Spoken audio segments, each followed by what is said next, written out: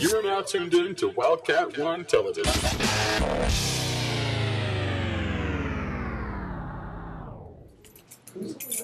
Hey, good afternoon, good morning, it's 11:30. Okay, today we're going to do some Photoshop color correction for skin tones for the avatars that we're making. Ladies, gentlemen, thank you. So, here we go. Oh, I've got my stuff on the desktop, so it'll be easy to work with. I'm going to go ahead and open up my Photoshop document, my PSD. I'm going to right-click on open it with CS3, the one that all y'all are using. Okay, and I've got my two layers now. All I've got is my head stuck on top of her body. I don't have anything, I don't have another layer in front of that that's got her hair on it, so I want to do that. I'm going to do this the easy way, easier than the way that I've asked y'all to. Y'all, hey, okay, and just a reminder.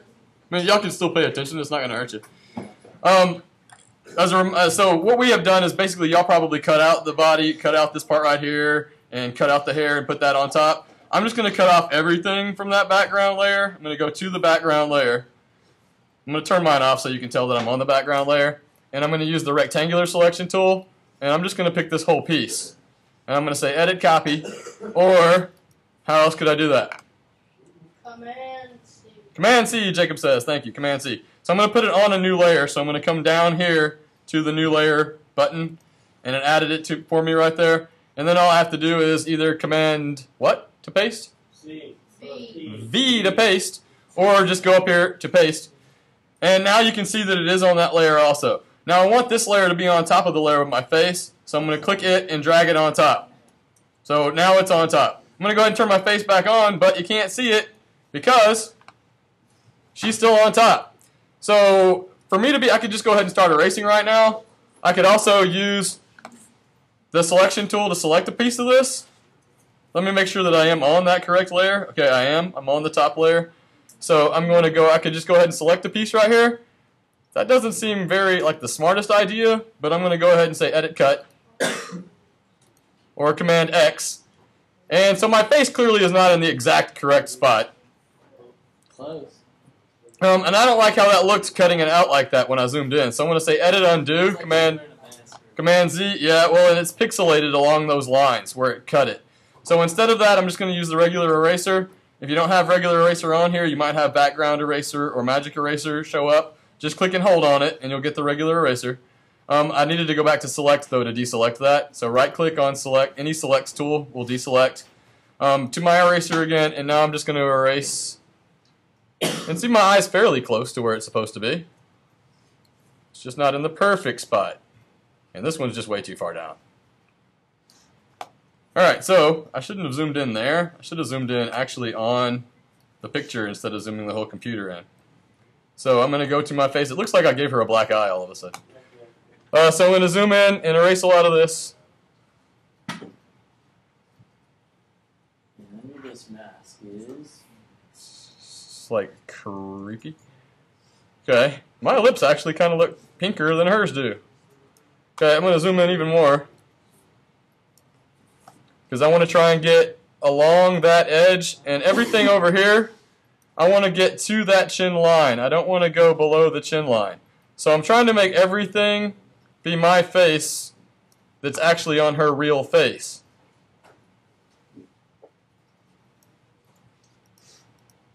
So I could definitely zoom in a little more and try to get all that right there too. But since we're doing color correction, I've got to get her color off so that you can tell what's me and what's not. And I'm not going to take the time to go ahead and zoom in and erase everything perfectly the way that I should and the way that you will, because I'm only trying to spend 9 minutes on here instead of 45.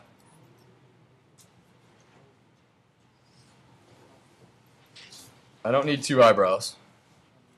Well, I need 2, I don't need 4 or 3. Okay, so just enough to where you will be able to see the color changing, and hopefully we'll pick the right colors on the first try.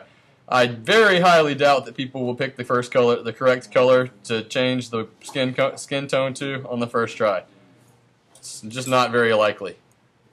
Okay, so I would get all this too, as much as I possibly can, all the way to the hair. And a little bit of taking out a little bit of the hair is not going to hurt. And here I said I wasn't going to spend all this time doing it, but it looks like I've done an awful lot. Okay, so I went over that line there that I didn't want to cross. Not good. So I could undo that. Okay, so now I'm going to try and pick the color of the, I'm going to pick the color that I want to use. So I'm going to come over here, and the thing I always call color picker is really an eyedropper. It looks like an eyedropper.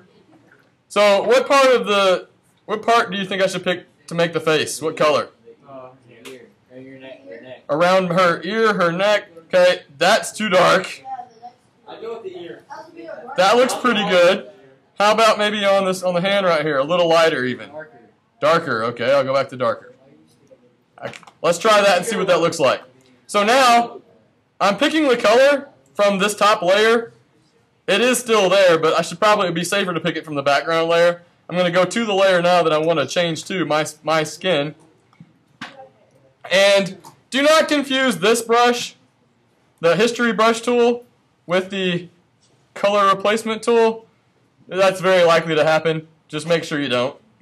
Try not to. And that's a pretty big brush for that. It should be very obvious if I've gotten the right color or not. Oh, and I think no.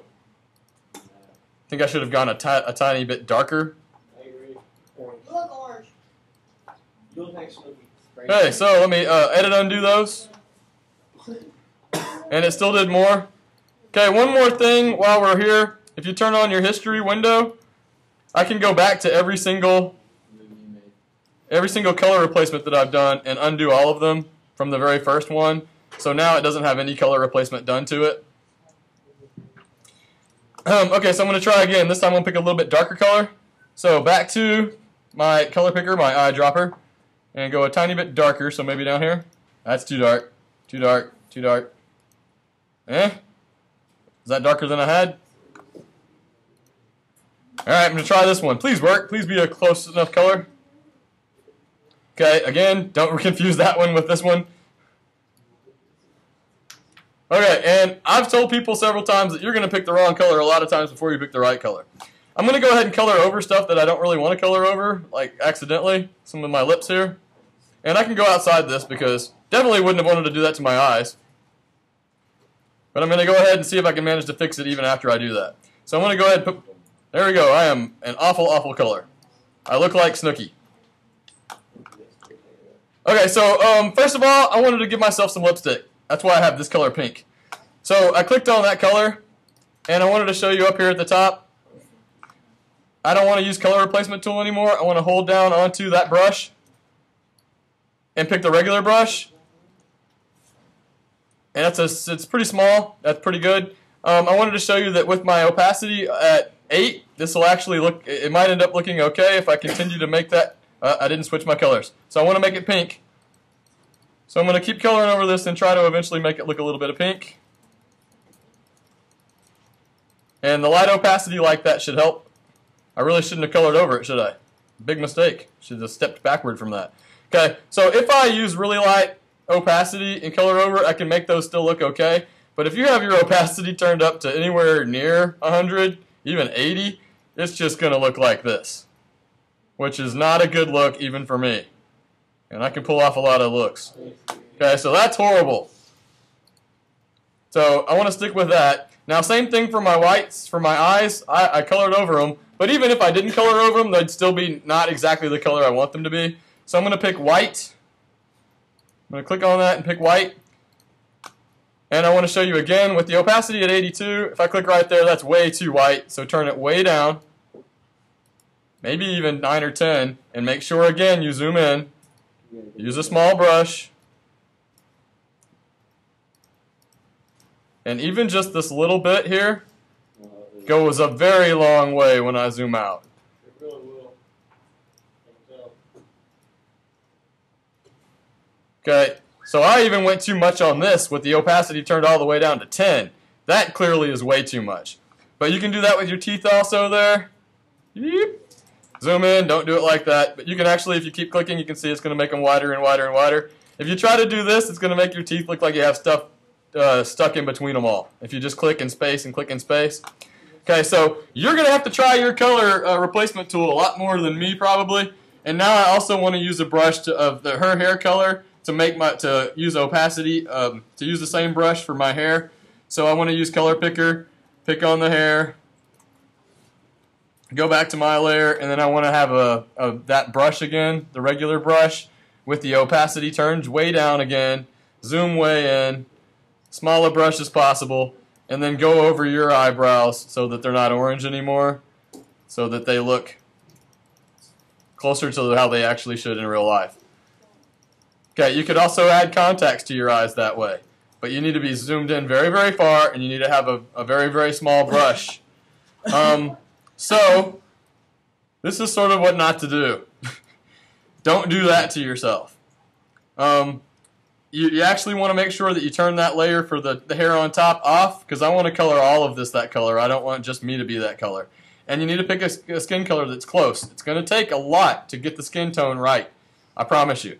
If you took a picture in photo booth with the flash turned on, if you have a part of your face that's white, you cannot change white. The completely white color, like the actual real white, you can't change. It won't let you color change it. It's going to stay white. So it's still going to look like there's a glare there. So hopefully the glare is, well, my glare is because of my bald spot. Or, well, it's all bald, but because of the bright reflection right there on my shiny forehead. So to turn that off, did I tell you how to turn that off? Hold down Shift whenever you're taking a picture in photo booth. Okay, questions about anything on this? Y'all might have a question about this. Okay, I made it look really bad. So this is not the best example, but if I had picked a color that seems to be a little bit less orange and more brown, that would be better. And you could probably tell whenever you're picking colors. Like a light on her arm? Yeah, like right here. Exactly that might have been a perfect color. Say, like in our, I could actually move this over there pretty close to it and see that's going to be pretty close to the right color also. So that would have been much better. But I wanted to make sure that you know that you're not, it's going to take you a few times to get the color right. And you do want to try and remove all of the original color of that person up here because you can't blend in. Your skin tones are different from your forehead to your chin. You've got lots of different skin tones. It's not all the exact same color. So you want to get out as much of the original color as possible. And I'm keeping her earrings in my ear, her ear, because they'll look pretty good if I blend them right. So not too much white. So no questions really? Okay, then I must just be an awesome teacher. You are. Okay. All right. So again, bye everybody who's watching. Thanks for watching. Have a great time. All right, and we are out of here. Bye.